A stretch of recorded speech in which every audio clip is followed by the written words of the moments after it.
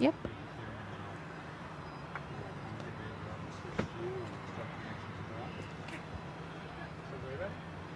You want engines on? Go do your entrance, and we're on our way out. You can start the entrance after that. Okay. All right. Maybe you could help with dock lines. Do what? Just untie us. No? They'll be a little busy, right? You'll get the dock lines. Okay. I'm just, talking about this now because once we start rolling, it's all hand signals. Mm-hmm.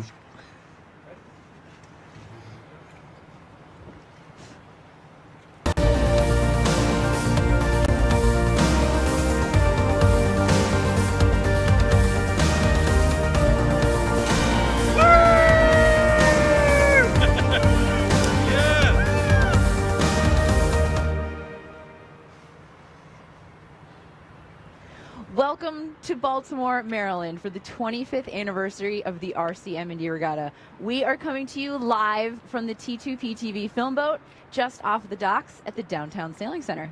16 boats are crewed up to do some harbor tours and a distance later in the schedule. You can see them zooming around doing a little practice with their coaches from the Downtown Sailing Center right now.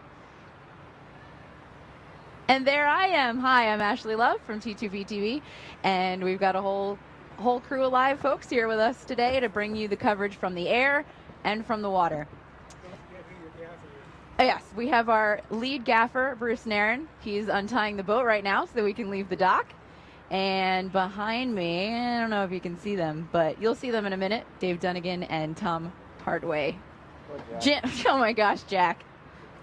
I've worked with them for years. Why don't I know this? Anyway, let me tell you a little bit about RCM&D. RCM&D is a property and casualty broker that serves the Mid-Atlantic region and provides services around the world. They have a commitment to the community they serve, of course, and an extensive outreach program that includes this very regatta. They chose local beneficiaries every year for the 25th time, and they've raised over $100,000 this year and over $1 million in total over the last 25 years. So impressive. Racing today, we have some of our top sponsors out on the water and some of the beneficiaries out there sailing J22s and sonars. For some, it's their first time on a sailboat, which the Downtown Sailing Center loves because they're pretty much their mission to get every single human being on a boat at all times and starting sailing.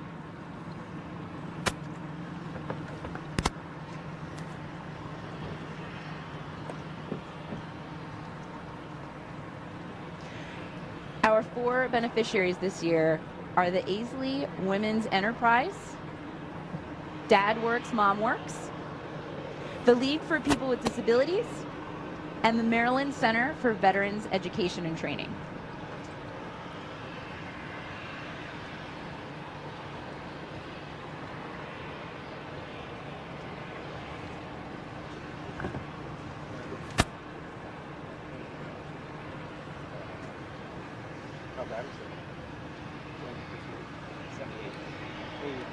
The coaches for the Downtown Sailing Center are on the boats, but they are encouraged to only be coaches.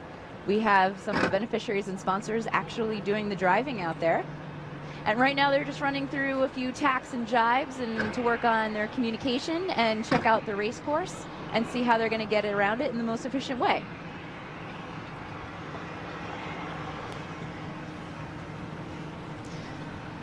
The start includes that yellow or the orange tetrahedron at the bottom of the screen. They're going to be starting right off of the dock. So we'll have a few spectators watching the start. Which way are they going to go? The start is going to be right off the dock, and they're going to be sailing on a reach for all you sailors out there. That's where they're sailing 90 degrees off of the wind. They are going, depends on, if you're looking at it from over top, yes, they're going counterclockwise, actually. So they'll start and they'll hit record. Oh. All right, we're back on the race course off the Downtown Sailing Center in downtown Baltimore. And hull number 8 still has a pretty strong lead. It's like NASCAR, go fast and keep turning left. We're sailing around a box course out here On our second leg, which is a downwind leg, that's why their sails are eased, the wind is coming in from behind them. Bow number 8 is a J22 called Jolie. Their coach from the Downtown Sailing Center is Josh Johns. And also on board is Lee Chino from Sicily. They also have Restore Habilitation Kathleen Terwilliger on board.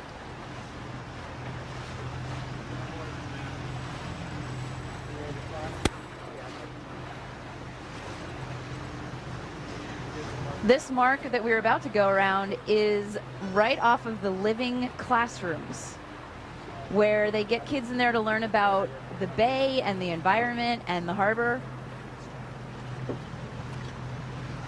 Getting people on the water is what it's all about. So going back to our VIP on board here, David Capel, you have seen this process that you said earlier from crib to grave? Is that how you put it? Cradle to grave. There you go. So how is its infancy? How do they pick their beneficiaries each year, and how does that work? Wow, well, you know, this project actually, well, I should say short process potential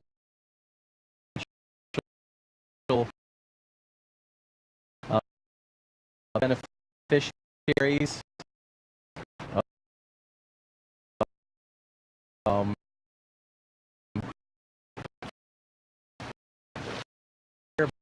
I would say the 40 beneficiaries.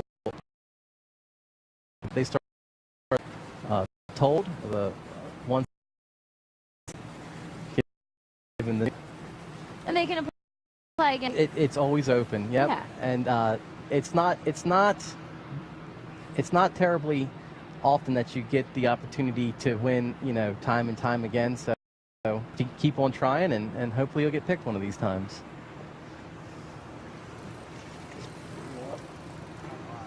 So let's learn a little bit more about our beneficiaries this year. We have the Aisley Women's Enterprise.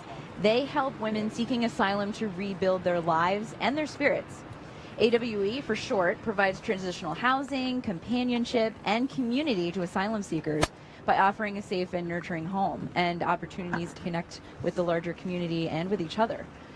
Our goal is to help women move from surviving to thriving.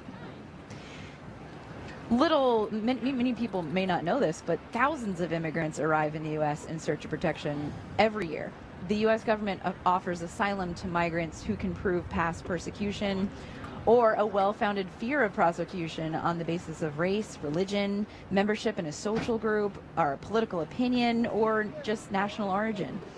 And these individuals are granted asylum so they may reside in the U.S. and after 1 year adjust their status to become lawful permanent residents, placing them on the path towards becoming U.S. citizens. It's a long road, and the AWE is there to help these women. They are asylum seekers, not refugees. So a refugee, unlike a refugee, an asylum seeker is just wanting protection while they're here.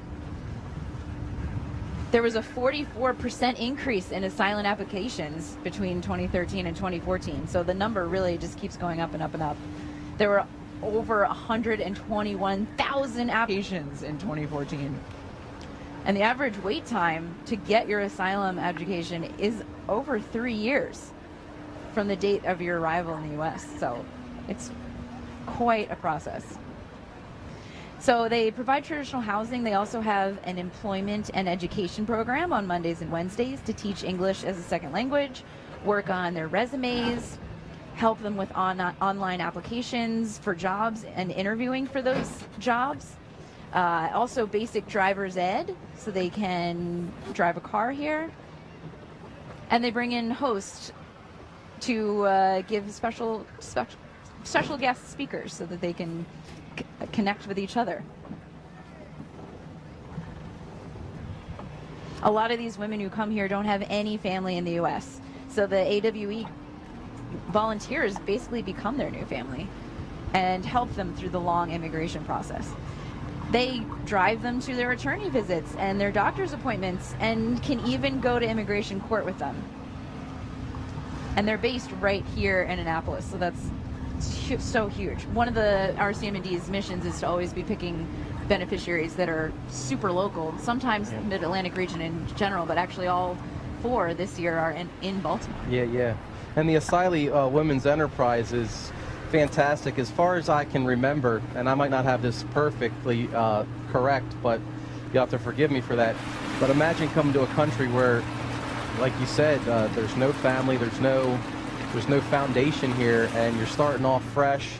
A lot of times in between that period of where you're becoming naturalized or whatever the process is to stay in the United States, you don't have that opportunity to get a job because you may not be able to get a work permit during that process, so there's no way to really support yourself.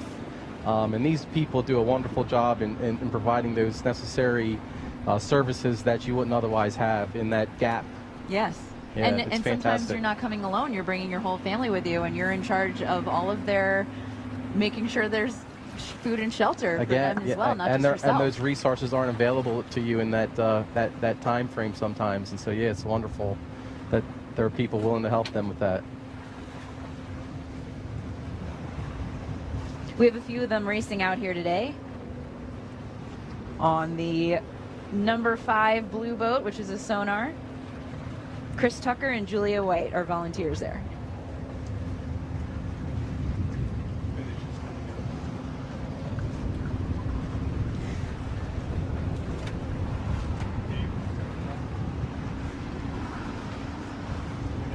We are coming up to our finish, and the J22 bow number 8 is still leading by a landslide. They're going to have to honor that last little orange hippity hop, let that pass on their left side before they can make a left-hand turn and cross over the same line that they started on.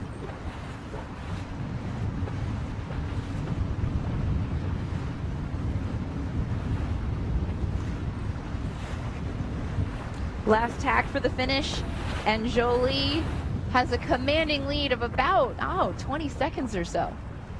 And it looks like one of the sponsors is at the helm with the coach in their ear.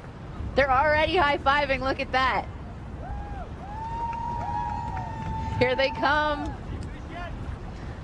Again, that's Ben Cooper, Debbie Woods, Chris Shaw, Lisa Muccino, Kathleen Terwilliger, and their Downtown Sailing Center coach, Josh Johns. No, 15 seconds.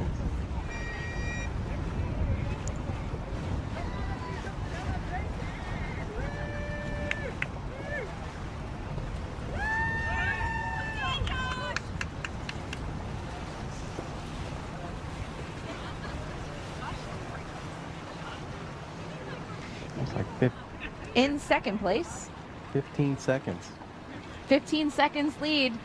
Thank you, David Capel, for our official timekeeper. Bow number 1 coming in second place is Jeremy Wilkinson from Brick Street Mutual, Jill Morrow from Chubb, Trey Warman from Chubb, Debbie Dahl from RCM&D, and their coach from the Downtown Sailing Center, Bob Daniel.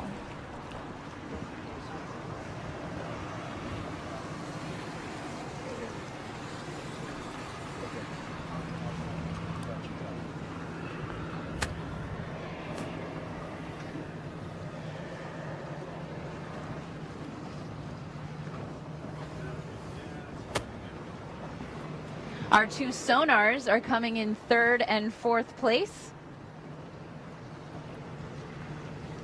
That's Chris Tucker and Julia White from Asylee. Is that how you say it? Asylee. Asylee. Correct. Asylee Women's Enterprise. And their Downtown Sailing Center coach is Prag Kata. The other sonar has one of our top sponsors, actually the biggest sponsor of this year from Travelers, Ryan Hayes, Mike King, PJ Mystery, and then from MC Vet, Sarita Spencer, and from the Downtown Sailing Center, Lynn Handy. And she runs this whole RCM, or not the RCM&D, she runs the entire Downtown Sailing Center.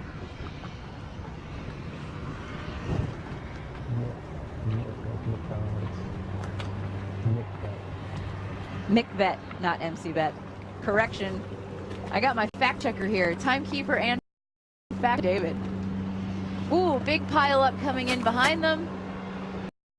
number 7, bow number 4.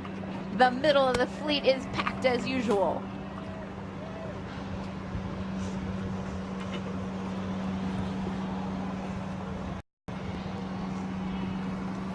After all the boats cross the finish line, they'll have a few minutes while everyone crosses the finish line to readjust, maybe switch up positions on the boat, talk about how it went, see how they can improve for the next time, and then we'll do another race. It's very puffy in here when you're out in open water and stable, but right here in the heart, in the middle of Baltimore, you have all these buildings that block some of the wind sometimes and not other times.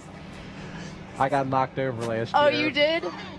Everyone sees this as a good metaphor for life, though, right? Because you get that puff, it might be unexpected, but you as a team come together and handle it, right? The worst part was the whole morning I was telling my crew, look, don't worry, these things are really stable. I've never seen one get blown over, and then we had like a 40-mile-an-hour, just like you say. It was just a just a pop, burst, boom, yes. and we were all the way over. Yes. Never say never.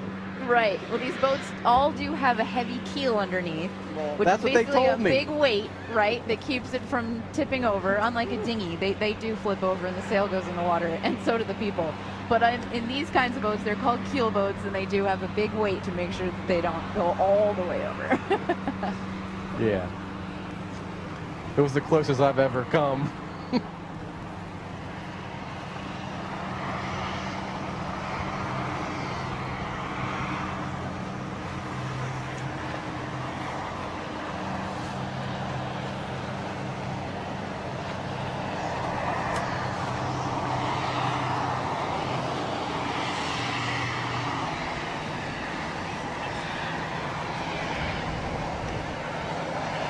So between races here, we're going to be looking to switch you off, and old glass is here, probably going to bring you back to the dock and switch you out for another VIP. Very well, my pleasure.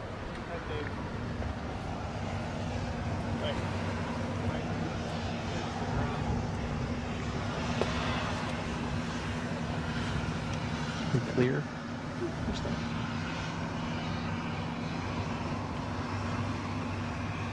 To mention some of our other sponsors out here, in the Constellation Club, which is that top level, is RCM&D themselves and Travelers, who I mentioned earlier, and also Brown Advisory. And the second level, the Admiral Circle, is ABET, or just ABET, Assurix Global, Chubb, CNA, Inovu LLC, Murtha, Soros, and Lanasa Trial Attorneys, Pinnacle Safety Network, hey, that's you!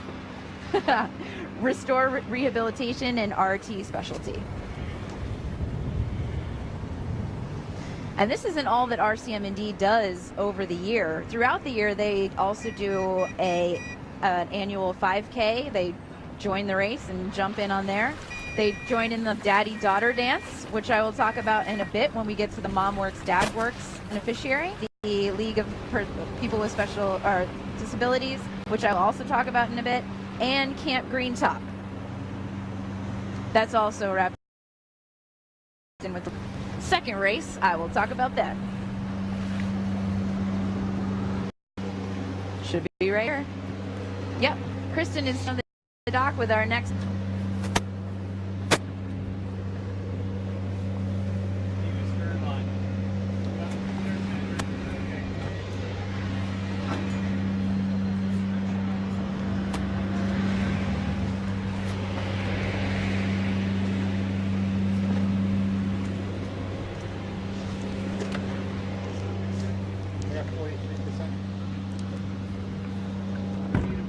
Bow line.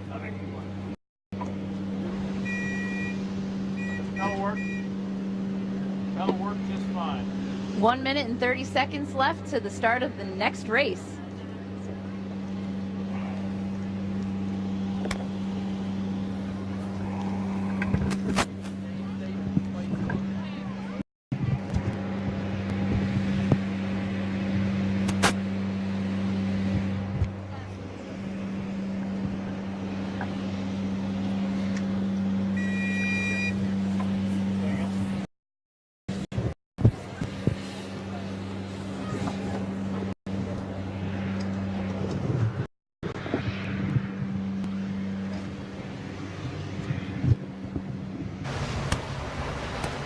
If you're just joining us, you're watching the 25th anniversary of the RCM&D Regatta. 16 boats are carrying beneficiaries and sponsors alike from the local area of Baltimore. RCM&D has helped raise over $1 million over the last 25 years and $100,000 for this year alone. And we were just talking about our fourth beneficiary, MC VET, which stands for Maryland Center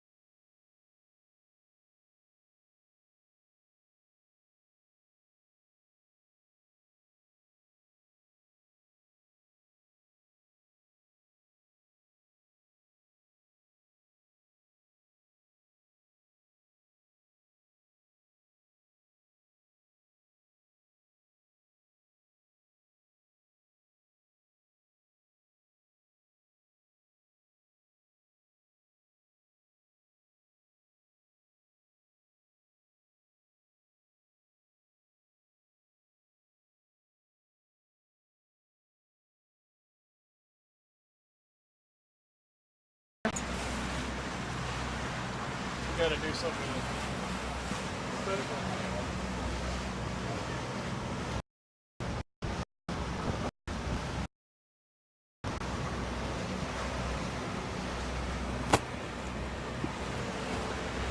This is the 25th anniversary of this regatta, as I have mentioned before, and over the years they have served 50 Mid-Atlantic beneficiaries, including ones like My Sister's Place, Chera House, Our Daily Bread has been a beneficiary several times. The Bookers in Care with Maryland. They've really had an extensive reach into the community. Yeah, it's wonderful that everyone at RCM&D and all the money and effort they've put into raising this to help all the nonprofits in the area. I'm sure they all appreciate it. And you briefly told me what was new for you guys. Do you have anything else on the horizon? What are your next things, your next events, or your next goals? Well, we're hoping to start a new program helping adults with mental health problems be able to find jobs. So we're hoping to eventually get some funding from the state, and maybe the RCM&D money will go towards getting that started. We've also started a new program this year helping adults and children with development in their home. So it helps the parents out, the families. They can help them not only with personal care in the home, bathing, feeding, etc., but learning skills to do it themselves, and then also get out in the community. Maybe they'd like to get out and go to the mall or to the movies. This way they have a buddy who can help take them.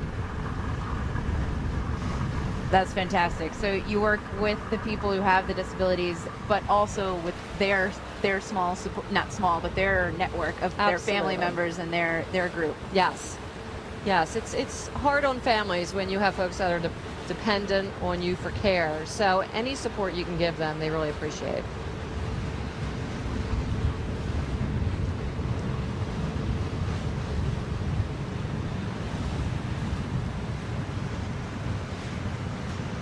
And we talked about your nightclub and the camps, but also getting people into sports, right? Teaching people sports like sailing or softball and things like that? Yes, we do a lot of recreational activities. Through our camps, we also do therapeutic recreation. We have a wellness center, and anybody can come and join. It is we have a gym that has adaptive equipment, so if someone in a wheelchair wanted to lift weights, it's adaptable. And we also have a therapeutic pool.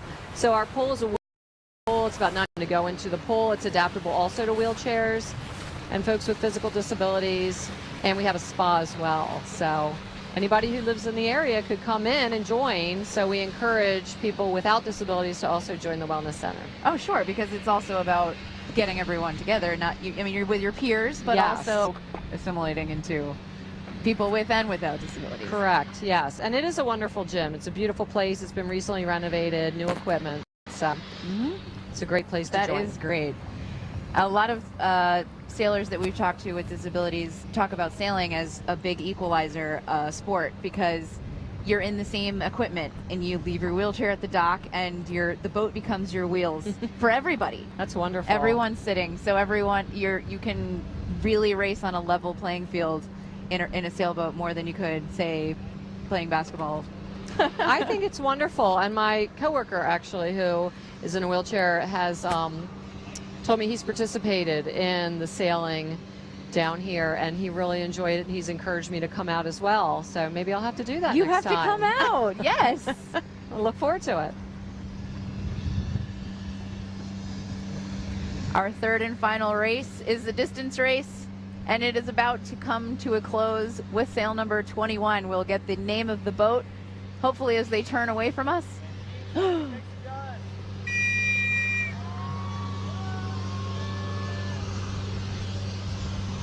What is the name on that boat?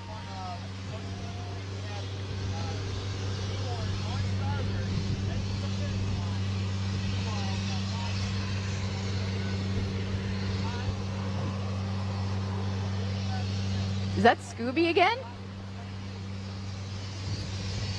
Did Scooby just win the entire day?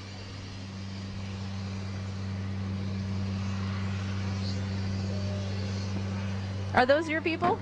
I don't think so. I don't recognize the gentleman who's standing up with the shorts on, jumping up and down. He's very excited, though.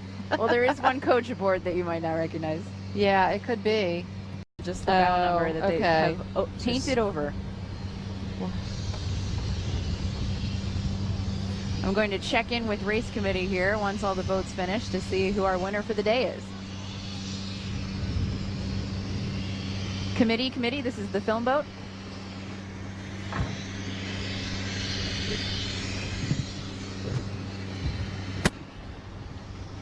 We'll wait till they're a little less busy.